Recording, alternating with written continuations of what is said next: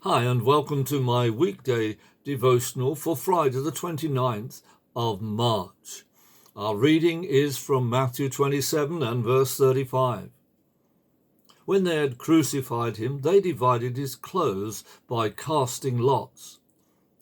Part of the indignity of crucified criminals was that their clothing became the possession of the Roman or of the soldiers in charge of the execution.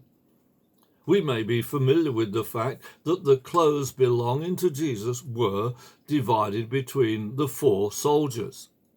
In his Gospel, John gives us some more detail about the sharing out of the clothing of Jesus. Then, when the soldiers crucified Jesus, they took his clothes and divided them into four parts, each soldier receiving a part, also the tunic. Now, this was seamless from the top to the bottom throughout. And then they said to one another, "Let's not tear it, but let us cast lots to see who should have it." This was so that the scripture might be fulfilled. They divided my clothes among themselves, and for my garment they cast a lot. This then is what the soldiers did. And this is all from John chapter 19 and verses 23 and 24. The theologian William Barclay tells us that a Jew wore 5 articles of clothing: shoes, a turban, a girdle, an inner garment, and an outer cloak or tunic.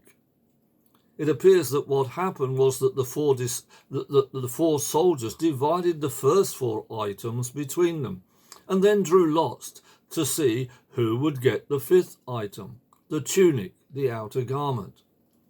Perhaps we can infer that it was the practice to cut the tunic into equal portions of 4, so that each soldier could have an equal amount of the cloth from the tunic. However, on this occasion, the soldiers decided that it would be better not to tear up Jesus' tunic, but to draw lots for it. King David prophesied about this in Psalm 22 and verse 18. "They divided my clothes among themselves and threw dice for my garments." It is amazing that this seemingly small detail was prophesied centuries beforehand. Our God is all-knowing.